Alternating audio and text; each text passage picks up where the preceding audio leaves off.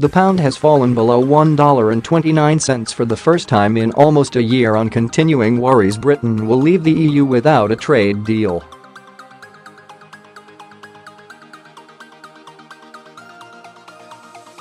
Sterling also hit a 9-month low against the euro and was down against the yen and Swiss franc. Bank of England Governor Mark Carney said on Friday the chances of a no-deal Brexit were uncomfortably high.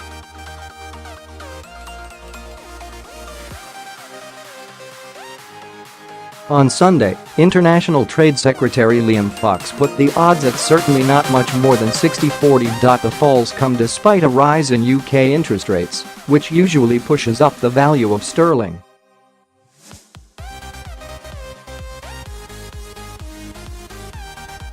Since the beginning of the month, the pound has fallen 1.7% against the dollar and 0.8% against the euro. Some are thinking in the market that the Bank of England raised rates in order to give them ammunition to cut them in the face of a no deal, said Neil Jones, a foreign exchange expert at Mizuho Bank.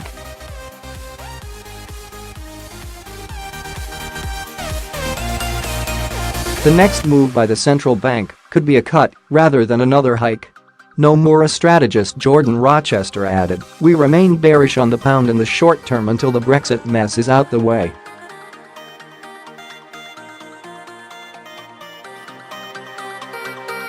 A cheaper pound makes imports and anything bought by foreign exchange, such as holidays, more expensive. It also makes the UK a less attractive place to work for foreign nationals.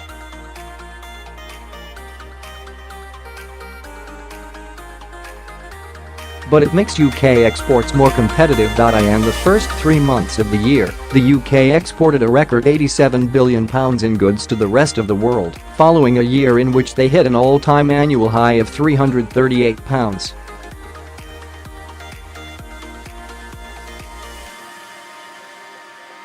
$9 billion investors are focusing on a critical meeting in October between Prime Minister Theresa May and EU leaders to try to thrash out the terms of Britain's withdrawal.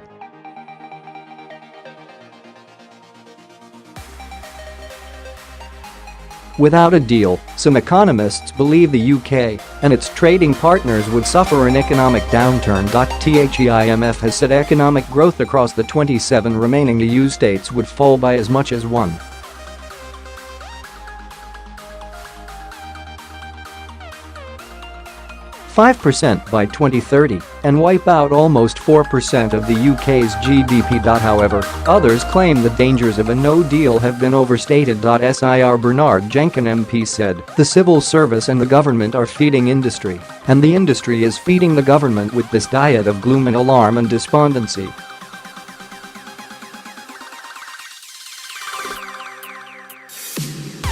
The head of foreign exchange strategy at CIBC, Jeremy Stretch, said, "If there's no improvement in the negotiating strategy with the EU, we could see the pound going back to levels not seen since last autumn, around $1.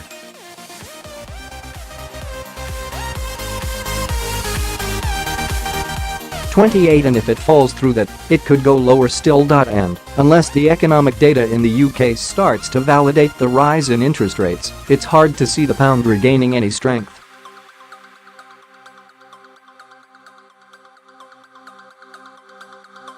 The pound's fall has also been exacerbated by the dollar's recent strength on the back of strong economic numbers and good company profits in the first 2 quarters of the year.